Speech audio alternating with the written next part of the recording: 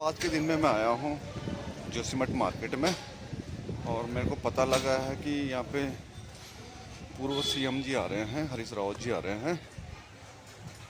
और मैंने कहा ये मौका है, चलते हैं फिर मार्केट में। आज राजेंद्र भंडारी जी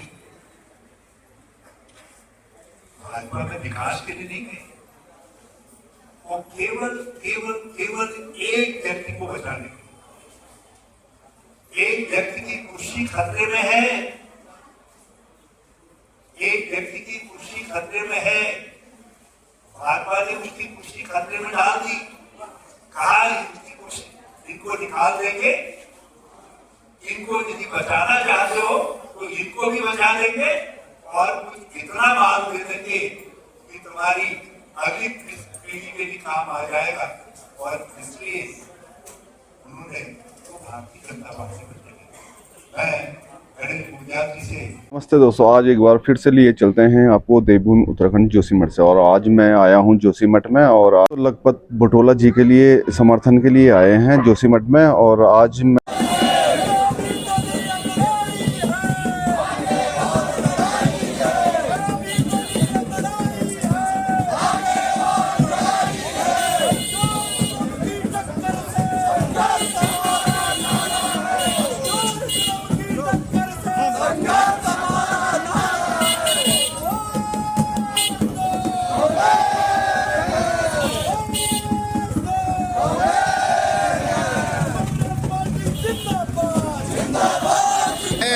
जोशीमठ में सुंदर सी रैली कर रहे हैं।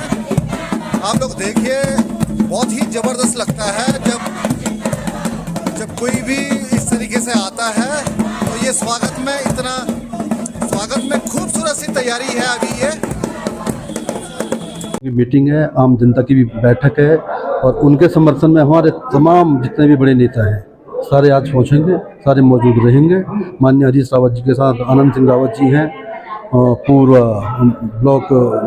पूर्व हमारे ये कपकोट विधानसभा के पूर्व विधायक ललित फरसाण जी हैं और नगर ब्लॉक के सारे कार्यकर्ता यहाँ पे मौजूद रहेंगे। कमल रतूड़ी जी हैं, आचार्य नरेशन नोटिया। आज हमारे प्रदेश के पूर्व मुख्यमंत्री हरीश रावत जी का इस उपचुनाव में प्रचार के दौरान आना हुआ है। और हरीश रावत जी गाड़ गदेरे, नाव नौले, पहाड़ की बात करने वाले, पहाड़ के अनाज की बात करने वाले वो व्यक्ति हैं जिन्होंने इस पहाड़ की संस्कृति और पहाड़ की अक्षुण्णता के लिए अपना जीवन सहस्त्र रूप से समर्पित किया है। आज उनकी इस जनसभा जो कार्यकर्ताओं के और जो जोशीमठ क्षेत्र के तमाम लोगों के बीच है, वहाँ से एक नई ऊर्जा लेकर के इस उपचुनाव में हम उस मौकापरस्त लोगों की ताकतों का सामना करने के लिए एक नई ऊर्जा लेकर के जाएंगे, जिन्होंने ये बिना बात का चुनाव आज बद्रीनाथ विधानसभा के लोगों के ऊपर थोपा है। अपने भ्रष्टाचार, अपने पत्नी के भ्रष्टाचार और अपने द्वारा किए गए जितने भी प्रकार के गलत कामों की जो रूपरेखा तैयार की गई थी, उसको छिपाने के लिए भाजपा की शरण में गए। शरणागत आदमी तब होता है जब वो परास्त हो जाता है या फिर वो अपना बल दूसरे को सौंप देता है। जनता ने पूर्ण बल दे करके अपना समर्थन माननीय पूर्व विधायक को दिया था और पूर्व विधायक ने उस जनमत का बद्रीनाथ की अस्मिता पे एक दाग लगाने का काम किया। 5 दान महान माने जाते हैं: कन्यादान, गाय दान, भूमिदान, अन्नदान और मतदान। इन 5 दानों में से मतदान उस व्यक्ति के समर्थन में दिया जाता है कि हमारा राजा नीतिगत, धर्मगत और जनता के हित के निर्णय लेने वाला हो। किंतु जब इस प्रकार के कर्मों को छुपाने के लिए, इस प्रकार के भ्रष्टाचार को छुपाने के लिए एक दल अपने में सम्मिलित कर देता है, तो वो दल दलदल बन जाता है। वो कभी दलगत राजनीति नहीं कर सकता, वो दलदल बना हुआ है। उनकी अपनी कोई विचारधारा नहीं है, किसी विचारधारा से वो चुनाव नहीं लड़वाते हैं।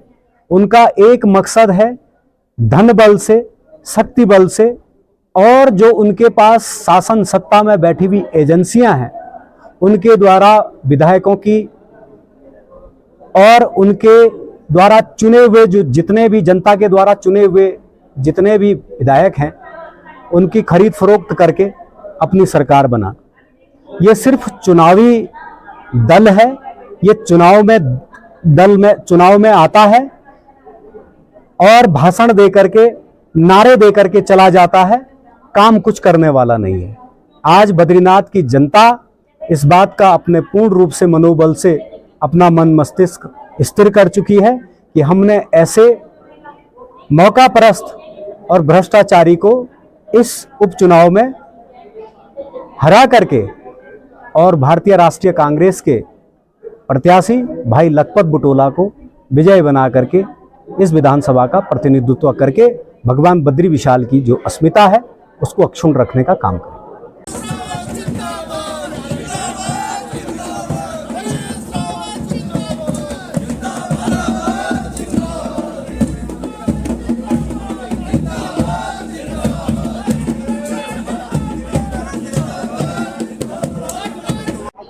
पूर्व विधायक ललित फरमान जी, ब्लॉक प्रमुख हरीश कुमार जी, भाजपा मामले के सरकार जी मधुसूदन जी, अशोक प्रसाद नेहरू जी, एक ही पूरा नगर ब्लॉक की तरफ से बात आगे कोई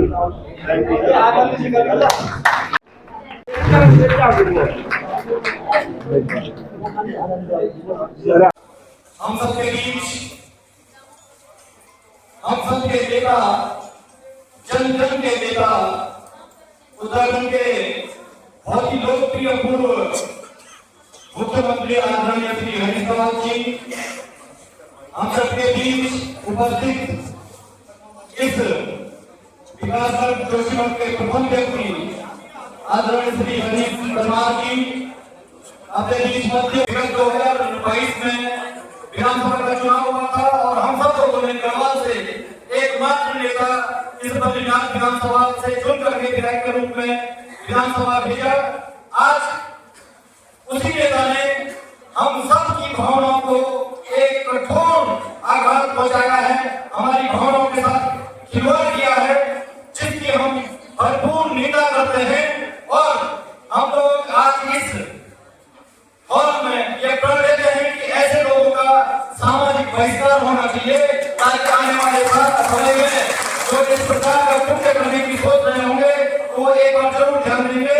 मैं ज्यादा कुछ नहीं कहूंगा, सब लोगों को विदित है कि ये चुनाव जो होने जा रहा है ये चुनाव नहीं है बल्कि ये एक हम लोगों का पूरे उत्तराखंड में, पूरे देश में एक आवाज निकलेगी यहाँ से कि आप लोग और हम लोग जो विधायकों को यहाँ से चुनकर भेजते हैं क्या वो सही में सही नहीं है, गलत है। आज एक नेता जो 2022 में विधायक बना था आज खुद विधायक के लिए वोट मांग रहा है, ये सवाल है। ये सवाल एक और है कि उत्तराखंड के लोगों के बारे में ये आगे बोला जाएगा कि आप लोग कितने बुद्धिमान हैं, आपके दिल में, जिगर में थोड़ा भी अगर कुछ बचा हुआ है, आत्मसम्मान बचा हुआ है, तो इस बार हम सब लोग कांग्रेस के प्रत्याशी आदरणीय श्री लखपत सिंह बुटोला के नाम पर वोट देंगे, कांग्रेस के नाम पर वोट देंगे और एक सभी एजेंसी को जिला कर भेजेंगे क्योंकि हमारे पास वक्त का बहुत है।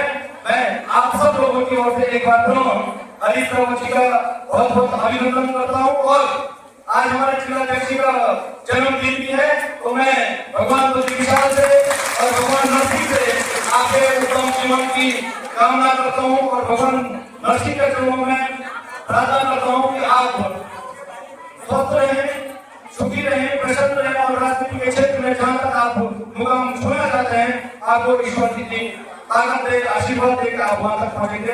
बहुत बहुत धन्यवाद। हमारे ब्लॉक के ब्लॉक प्रमुख श्री हरीश पवार जी से निवेदन करूंगा आप मंच पर आकर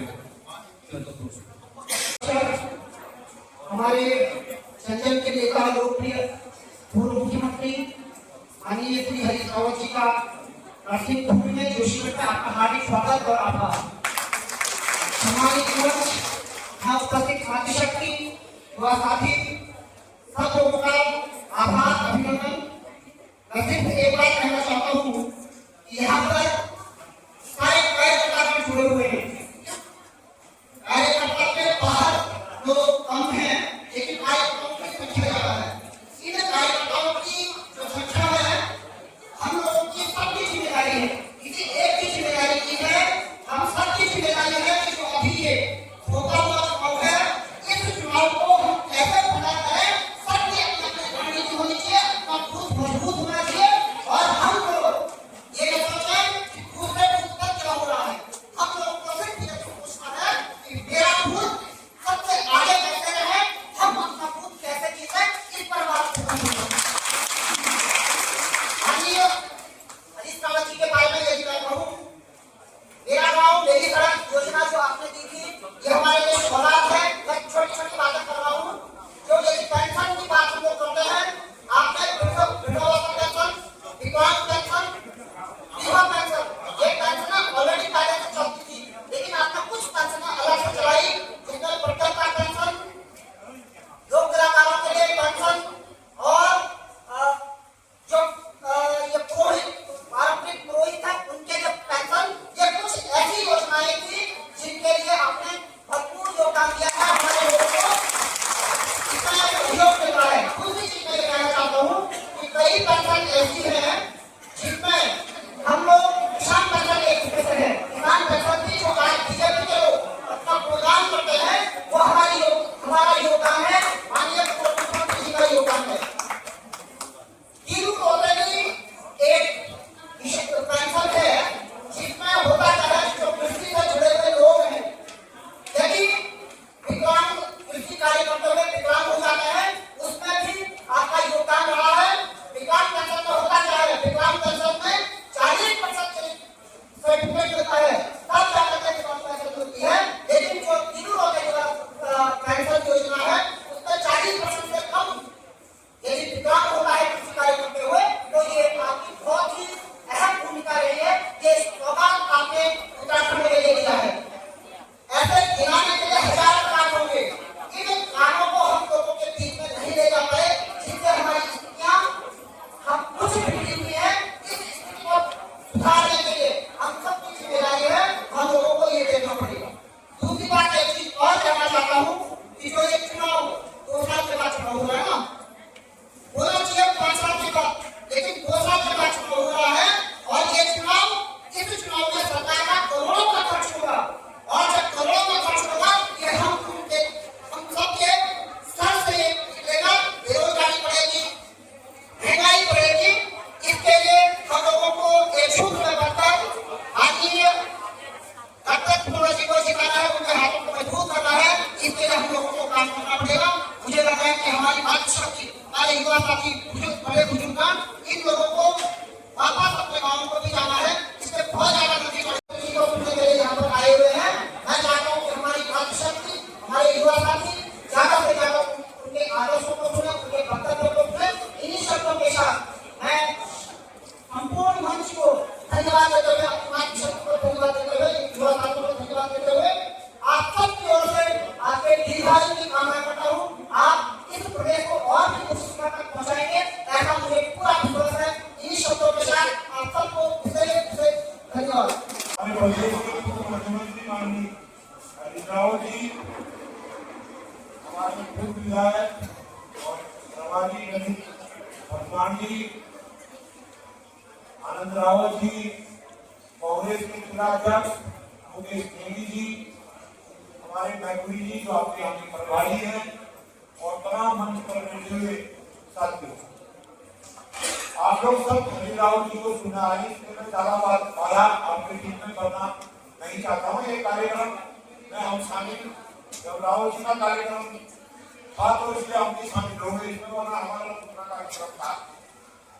मैं आपसे ये कहना चाहता हूँ कि तो अभी हमारे संचालक जी भी कर रहे थे, आपके ब्लॉक के अध्यक्ष भी कर रहे थे। तो ये चुनाव है, जिस चुनाव को होना नहीं था, ये चुनाव हमारे बद्रीनाथ की जनता पर थोपा हुआ चुनाव है। और ये चुनाव एक आदमी की हठधर्मिता के कारण ये चुनाव आपके ऊपर थोपा गया है। और जो इस चुनाव में लाखों करोड़ों रुपया खर्च होगा, ये किसी सरकार की जेब का पैसा नहीं है, ये किसी मुख्यमंत्री की जेब का पैसा नहीं है, ये पैसा आपका और हमारा गरीब जनता का पैसा है। इसका बोझ आने वाले समय में हमारे ऊपर पड़ने वाला है। हम ये कहना चाहते हैं,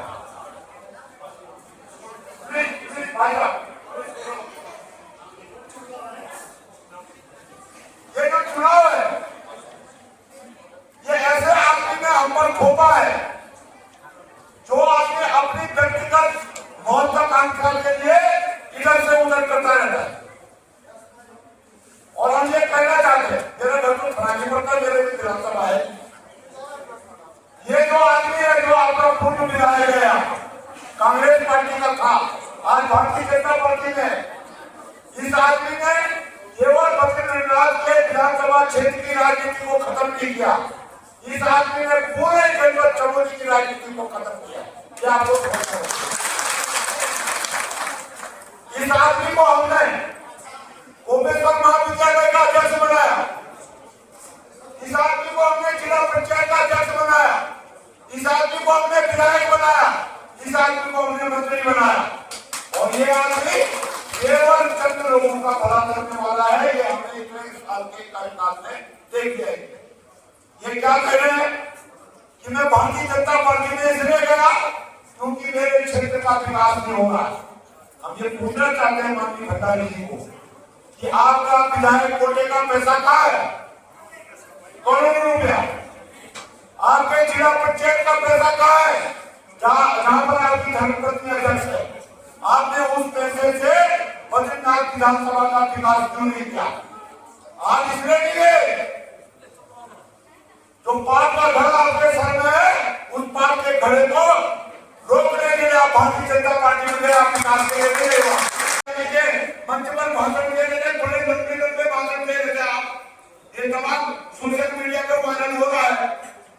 तब तो आप कह रहे थे हमारी करोड़ों की वोटें लग रही है, हम तो कहीं नहीं जाएंगे, तुम भी दवा के जवाब देगा। और आप रातों रात उसी ने जो लिख के दिया, आपने अनपढ़ों की तरह जो है बाइक में पढ़ लिया। आप अमित शाह के गुणगान गाने लगे, आप जो है मोदी जी के गुणगान गाने लगे, और आप परसों तक जो है भारतीय जनता पार्टी को गाने लगे।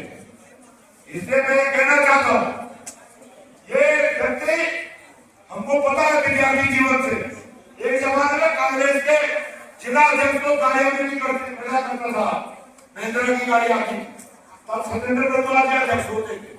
और इस आदमी ने चाचा जी बोल के उस गाड़ी में ड्राइविंग सीखी, उस गाड़ी से बंदी सारा, उस गाड़ी से आपका नेता हो गई, और उस गाड़ी को आपने चौबोली के पूरे बना दिया। आपने पूरा उपयोग किया इस कांग्रेस पार्टी का। और मैं कहना चाहता हूँ, हमारी तो पार्टी कांग्रेस नहीं है, हम तो सीपीएम के लोग हैं। हम इसलिए खड़े हैं, इसलिए आ रहे हैं, हम गाँव में अभी 3 दिन से भ्रमण कर रहा हूँ। हम इसलिए कहना चाहते हैं कि अगर चमोली जनपद की राजनीति को बचाना है तो इस समय मौका है, इस आदमी को जो है राजनीति से बेदखल कर दीजिए। इस आदमी को सोचना चाहते हैं, आप जिला पंचायत के अध्यक्ष थे, मेरी पार्टी ने 3 वोट हरवाए, मेरे को हरवाया, मैं 17 वोट का जिला पंचायत मेरे बगल के आदमी को अपना आदमी खड़ा कर दिया। यहाँ पर आपके अध्यक्ष बैठे मुकेश देवी जी, ये कर्मचारी में नदी वाल अपना चुनाव लड़ा था कांग्रेस के हाथ पर, और नदी पार मुकेश देवी को हरा था। ये भी उनको रहता, अपने से बड़ा किसी को नहीं बनने देना है, अपने से बड़ा किसी। हम तो कहने चाहते हैं, धन्यवाद की कांग्रेस पार्टी, जो आदमी भारतीय जनता पार्टी के मोदी की सरकार में जाकर के मंत्री बन गया, उसका फिर से कांग्रेस टिकट दे दिया, कभी भी नहीं समझा। तो इसलिए अभी बद्रीनाथ की जनता को मौका है, अगर इस जनपद को बचाना है, अगर इस जनपद को बचाना है, आपको चमोली जिले की जिला पंचायत को बचाना है, तो सब एकजुट होकर के इस राज्य को हराने का काम करो। धन्यवाद।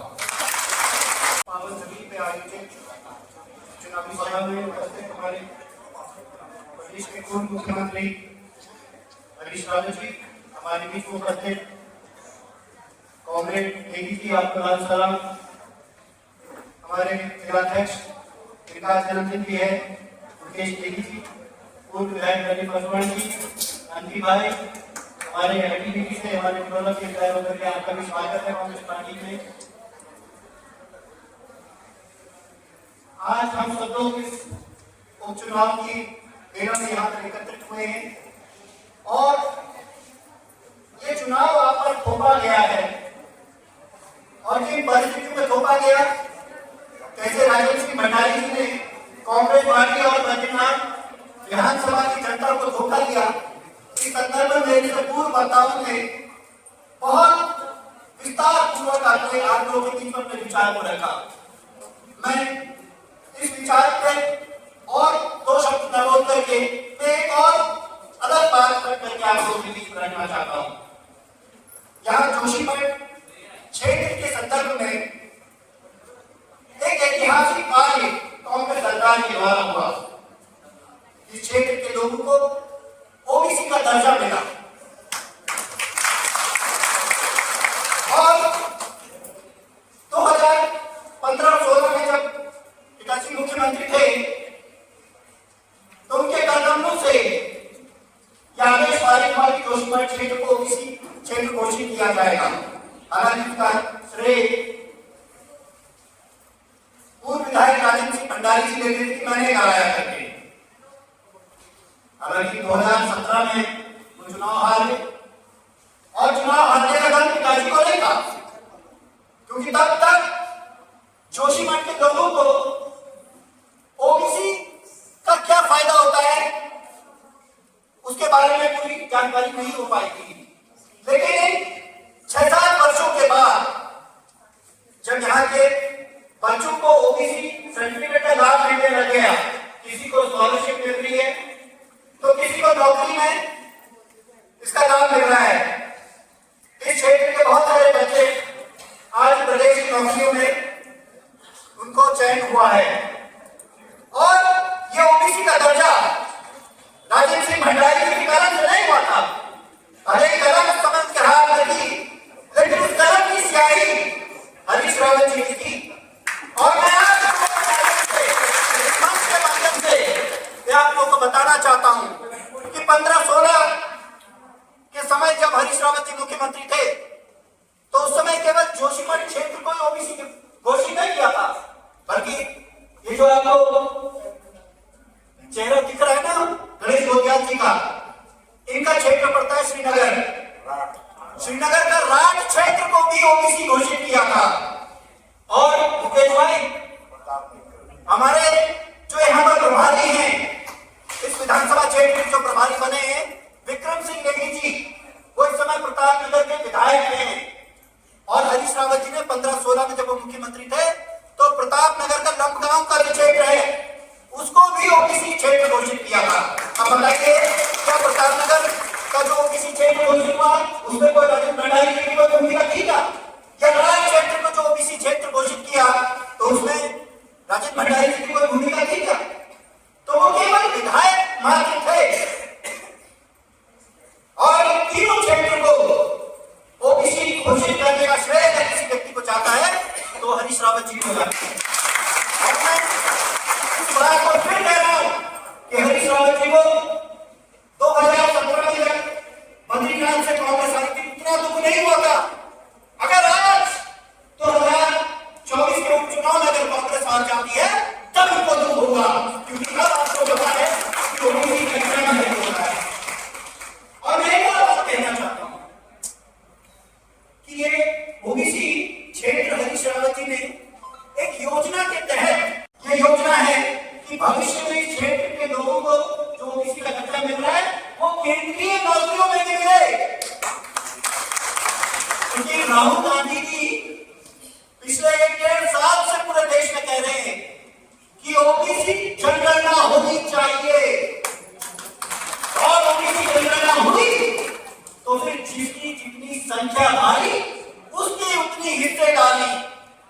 केंद्रीय नौकरियों में भी आपके बच्चों को फिर आरक्षण मिलेगा। अभी तो केवल राज्य की नौकरियों में मिल रहा है ना, तो फिर केंद्र की नौकरियों में भी मिलेगा। और मैं एक और बात कहना चाहता हूं, अभी बहुत सारी बुआरियां बहुएं जो दूसरे क्षेत्र से यहाँ करके आती हैं, उनको आरक्षण का लाभ नहीं मिल पा रहा, लेकिन उस बात की कुंजी भी हरीश रावत जी के हाथों में है।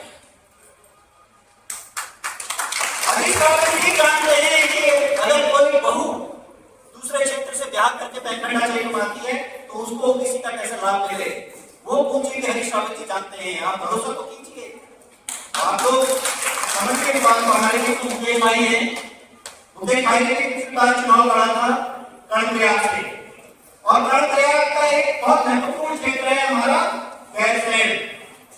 हालांकि पिताजी का ये सपना है कि गैरसैंण एक दिन राजधानी बने, लेकिन साथ ही साथ पिताजी की सोच भी है कि गैरसैंण के लोगों को भी ओबीसी का दर्जा मिले। तो मुकेश भाई, आपको ये बात, इस सोच को उस क्षेत्र में भी बढ़ाना है। तो मैं यहाँ पर उपस्थित मातृशक्ति को पुनः आपको प्रणाम करता हूँ, निवेदन करना चाहता हूँ कि ये चुनाव केवल कांग्रेस और भाजपा का नहीं है, ये चुनाव आपके बच्चों का भविष्य का चुनाव है।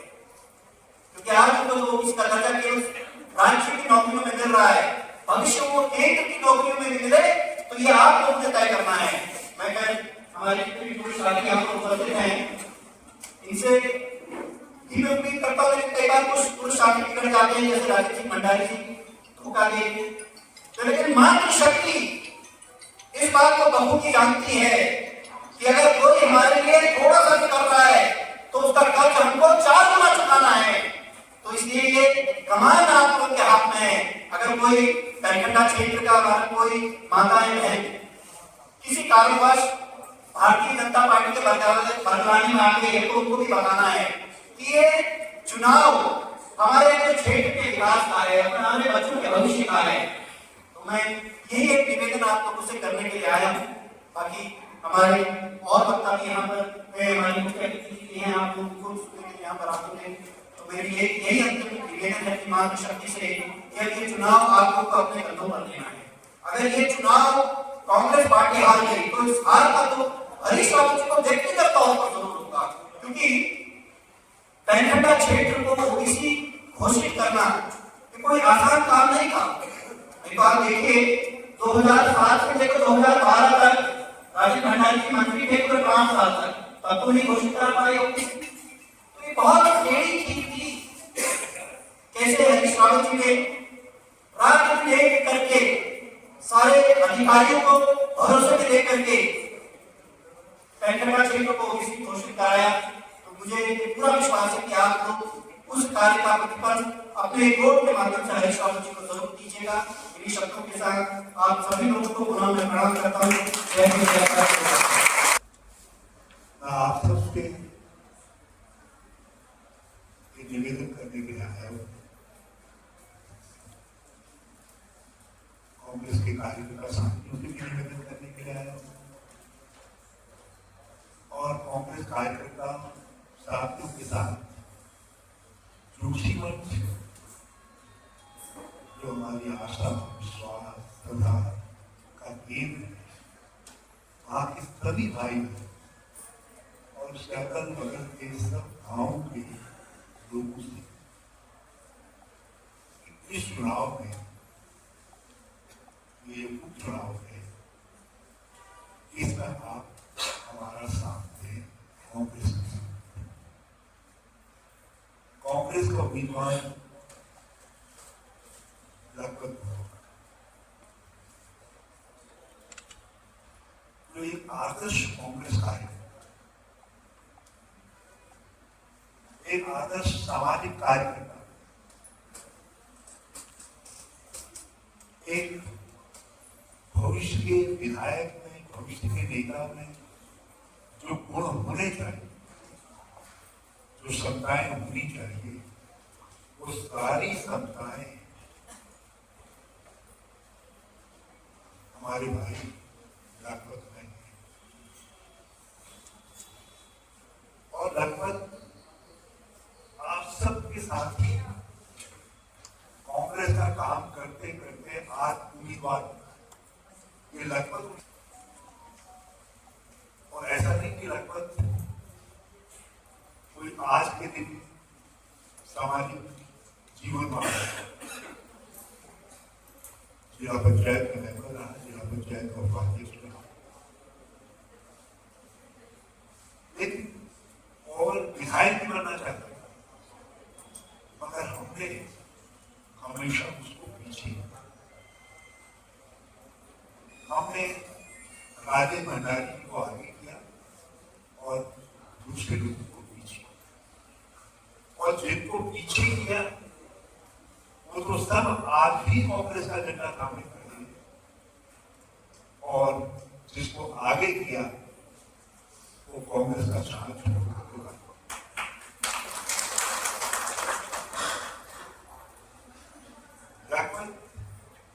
चाहे चाहते थे नहीं चाहते, मगर हमेशा कांग्रेस के साथ लिखते रहे, अवसरवादिता ही अपना सब कुछ।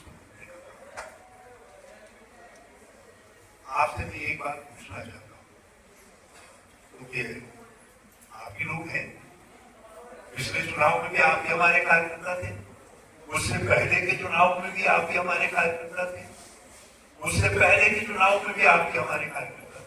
जब भी यहाँ आए होंगे तो आपकी में से करीब 75% नाम ऐसे होंगे जिन नामों को हमने मंच से लेने का काम किया होगा, आप सबको। तो इसका अर्थ है जब राजेश भंडारी विधायक बने तो उस समय भी आप ही कांग्रेस के कार्यकर्ता थे। जरा मुझको एक बात बताइए कि भाजपा की तरफ जाने से पहले क्या किसी भी कार्यकर्ता, यहां तक कि जो कार्यकर्ता उनके साथ चले गए अपने स्वार्थ से, अपने डर से, रोगन से, कुछ भी समझ लीजिए, किसी से भी राजेश भंडारी ने पूछा कि मैं भाजपा ज्वाइन कर रहा हूं? आज वो लोगों से कह रहे हैं कि मैं विकास के लिए भाजपा में गया। तो क्या आप सब लोग विकास विरोधी हैं? यदि वो विकास के लिए जा रहे थे तो आपसे भी तो साझा कर सकते थे, आपसे भी तो बात कर सकते थे। राजेश भंडारी ने भाजपा में नहीं गए हैं, इन्होंने हमारे कार्यकर्ताओं के, आप सबके बहनों भाइयों के समर्पण का, आपकी मेहनत का, आपके परिश्रम का, जो आपने उनके लिए वोट मांगने के लिए परिश्रम किया था, उसका अपमान करने का काम किया है। चुनाव जो 10 तारीख को जिसमें वोट पड़ेंगे, ये आपके पास अवसर है उस अपमान का प्रतिकार करने का, उसका जवाब देने। क्या आपकी शक्ति थी जिसे राजेश भंडारी बना? या आपकी शक्ति है तो किसी को नेता बनाती? हरीश रावत यदि कुछ है, कुछ बना, तो ये आपकी शक्ति से, कांग्रेस के कार्यकर्ताओं की शक्ति से बना। और यदि हरीश रावत कांग्रेस कार्यकर्ताओं का अपमान कर रहा है तो हरीश रावत विश्वास करने के लायक नहीं है। राजेश भंडारी ने कांग्रेस के कार्यकर्ताओं का अपमान किया, और अकेले आपका अपमान नहीं किया है। क्या ये सारा बद्रीनाथ क्षेत्र, कसौली, पोखरी, जोशीमठ, बैतखंडा, क्या ये सब लोग विकास विरोधी? वो कहते हैं कि मैं विकास के लिए गया, तो ये क्या सारे क्षेत्र विकास विरोधी है? क्या ये इस क्षेत्र के अंदर कोई व्यक्ति है जिससे राजेश भंडारी ने ये कहा हो कि भाई मैं विकास के लिए भाजपा में चला जाऊं? क्या किसी से पूछ लीजिए। जोशीमठ बाजार में कोई भी नरसिंह देवता को शास्त्री मान करके कहते उससे कि राजेश भंडारी ने उससे पूछा कि भाई मैं विकास के लिए भाजपा में चला जाऊं, कोई कहते हैं? तो क्या इस सारा सब लोग विकास नहीं चाहते?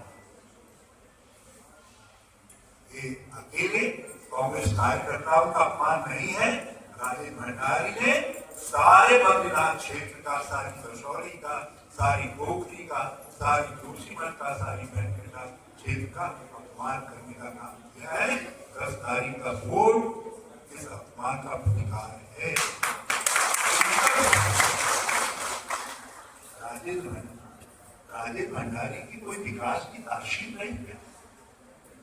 उदासीन होते हैं किसी का। कोई विकास करना चाहता है, काम करना चाहता है, सेवा करना चाहता है। राजेंद्र भंडारी की कोई तासीर रही भी ना। आप मुझे ये बताइए, 2007 से 2012 तक की राजेंद्र भंडारी जी विधायक थे और मंत्री भी रहे, खेल मंत्री रहे, भारतीय जनता पार्टी की सरकार को कुछ और मंत्री भी रहे, शायद प्रश्न आगे आगे 5 साल मंत्री रहे।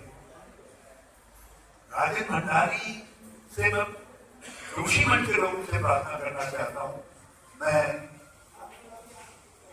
मानकेश्वर के लोगों से प्रार्थना करना चाहता हूं, पीपलकोटी के लोगों से प्रार्थना करना चाहता हूं, चमोली के लोगों से प्रार्थना करना चाहता हूं और राजेंद्र भंडारी से ये तो पूछे, भाजपा से ये तो पूछे कि उस 5 साल के अंदर जब वो मंत्री रहे उन्होंने कौन सा विकास का काम करवाया।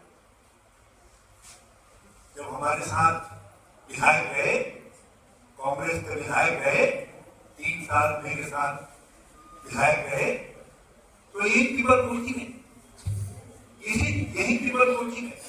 हमने स्टेडियम मंजूर किया, पैसा दिया, काम शुरू किया और आज 7.5 साल हो गए भाजपा की सरकार को, पीपलकोटी में कोई काम हुआ? वही मायापुरी में हमने ITI स्वीकृत किया, उस ITI में कोई काम हुआ? कोई आगे बढ़ा? यही हमने मंडी स्वीकृत की, वो मंडी के काम में कुछ काम हुआ? यहीं पर हमने हरिग्राम के अंदर आपके वहां इतना बड़ा फील्ड जिसमें चौकर हमने उसको खेल के मैदान के रूप में स्वीकृत किया था, उसको इन्होंने जो है आप बताइए उसमें कोई काम हुआ? इस जोशीमठ के अंदर हमने पानी निकासी की पूरी योजना बनाई, पूरी योजना स्वीकृत की पानी ताकि जोशीमठ की सुरक्षा हो सके। मैं जानता था कि यहाँ भार बढ़ रहा है, मैं ये भी जानता था कि इसमें पानी रिश्ता है और नीचे टनल बन गई है, जोशीमठ खतरे में पड़ सकता है। हमने वाटर ड्रेनेज की पूरी स्कीम बना करके दी। हमारी सरकार गई, हमारी सरकार जाने के बाद भाजपा के लोगों ने उस योजना को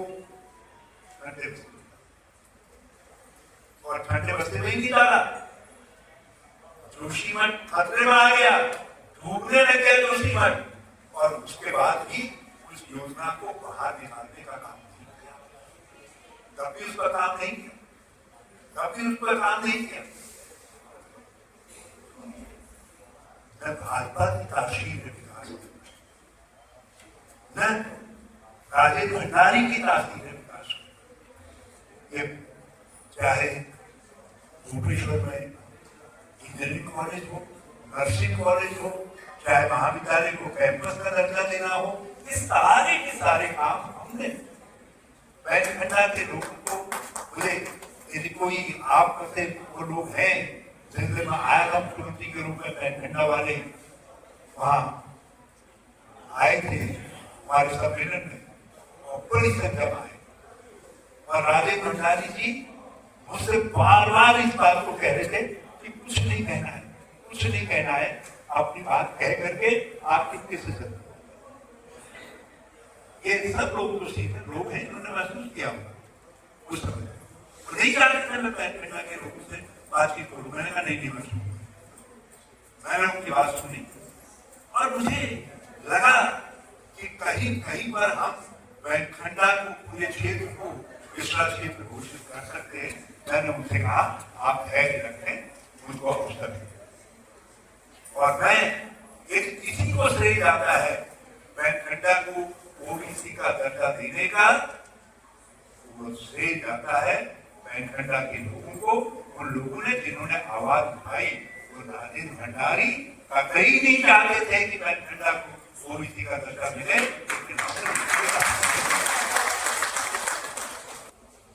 वो जरा सब पूछिए। मैंने गणेश पूजा की से 2016 इत्तेफाक ऐसा रहा कि हमारे मंत्रिमंडल में एक पद था, हमने अमिता रावत जी को हटा दिया, एक बार था सारे विधायक को चाहते थे गणेश गोटियाल को मंत्री। मैं गणेश गोटियाल जी के पीछे 3 बार गया, एक बार उनके घर में गया कि भाई आपको मंत्री बनाते गणेश गोटियाल मुझको नहीं राजनीति। मैंने मुझसे कहा जितना आप विश्वसनीय मानते हैं विश्वसनीय नहीं, बोले इसीलिए मैं इसको मंत्री बनाने की बात कर रहा हूँ, इसको मंत्री बना दीजिए, जब तक मंत्री रहेगा पता है। बात ये भी समझ में आ गई, लेकिन तब मैंने गणेश गोटियाल जी को एक किस्सा बताया।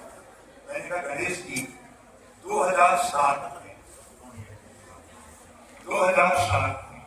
हमको बसपा को और यूपीए को मिला करके इतने विधायक हो गए, हमारे विधायक हो गए 32-33 और भाजपा को मिले थी 34। भाजपा के 34 विधायक थे, हम मिल करके 33 हुए। मेरे पास 2 निर्दलीय विधायक ने समर्थन कर दिया था। मैंने मुझे दशा आई, मैंने राजेंद्र भंडारी जी से भी कहा, मैंने कहा राजेंद्र भाई आप भी आ जाओ ताकि सरकार स्थिर हो सके, आप आ जाओ। तो बोले मुझको क्या, मैंने कहा ठीक करने की बात कर। तो बड़ा हल्ला मचाया राजेंद्र भंडारी जी ने कहा मैं हरीश राव के साथ कर रहा हूँ, हरीश राव ये 2007 तक ठीक हो। मुझसे कहा जरा सा कामेश्वर राणा जो पौड़ी से निर्दलीय विधायक थे उनसे मेरी भेंट कर, मैंने उनसे उन्होंने पता नहीं क्या मन पड़ा, मुझसे बोले मैंने राजेंद्र भंडारी जी से कहा, मैंने कहा भाई आइए चाय पीते हैं। मैं एक होटल में उनको बुलाया, वो वहां से सीधे भाजपा के कैंप में चले गए और अपने साथ कामेश्वर राणा को भी ले गए और भाजपा की सरकार बना दी। उनके 34 थे, उनके 37 हो गए और उनकी सरकार बन गई और वो मंत्री बन गए, ये मंत्री बन गए। ठीक गणेश गोटियाल जी के साथ भी यही हुआ। रुद्रप्रयाग के अंदर गणेश गोटियाल जी को जिताते जिताते भाजपा की निंदा करते लंबा भाषण देते देते एक मोबाइल पर टेलीफोन एक कॉल आई, मेरे समय में पर्ची आई थी, गणेश गोटियाल जी के समय में मोबाइल कॉल आई और उनसे कहा कि मैं जरा सा पेशाब जा रहा हूँ। पेशाब ही गए और सीधे पेशाब करने के लिए सीधे दिल्ली चले गए और भाजपा के अंदर चले गए और आप सब जानते हैं।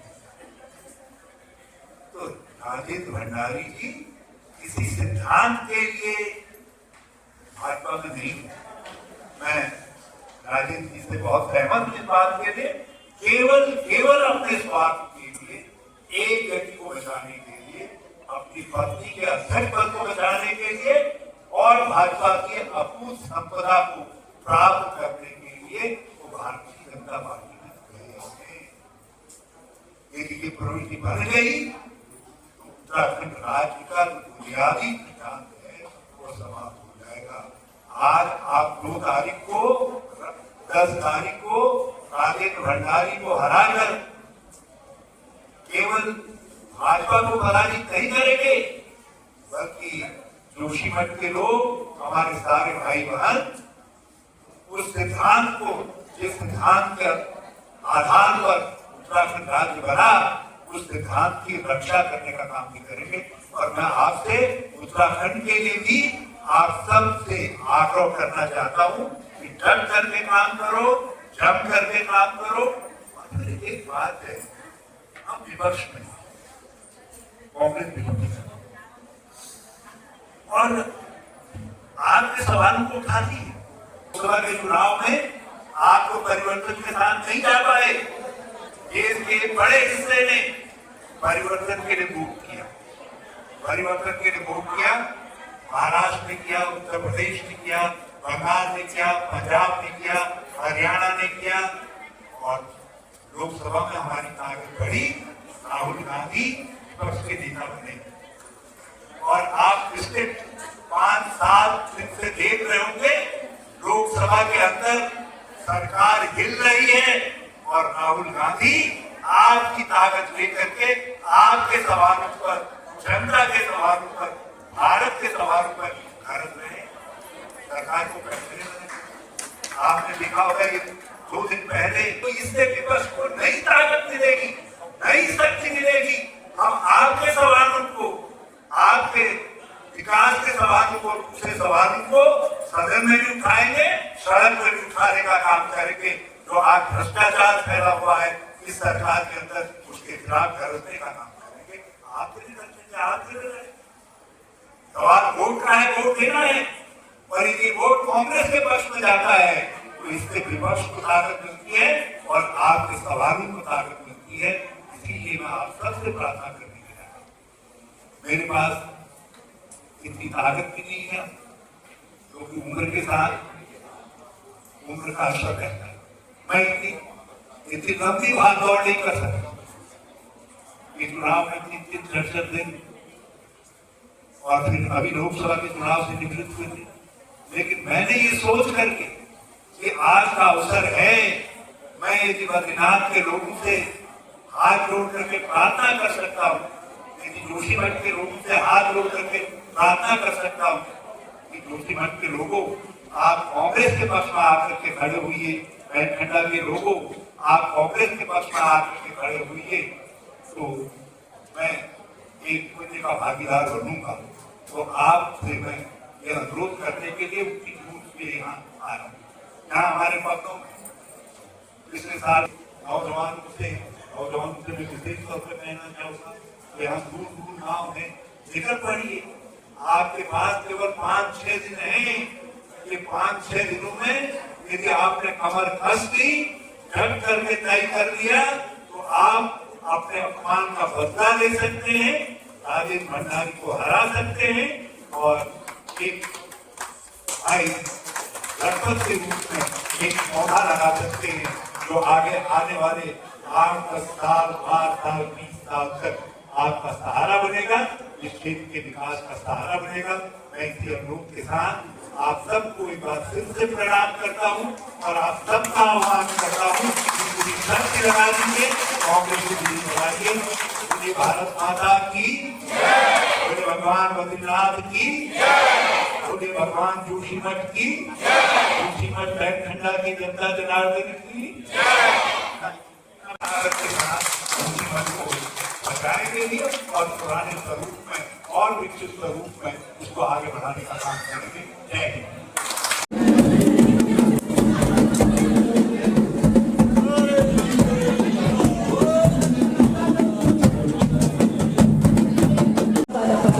और दोस्तों देखिए, सुंदर सी रैली चल रही है अभी कांग्रेस पार्टी की यहाँ पे।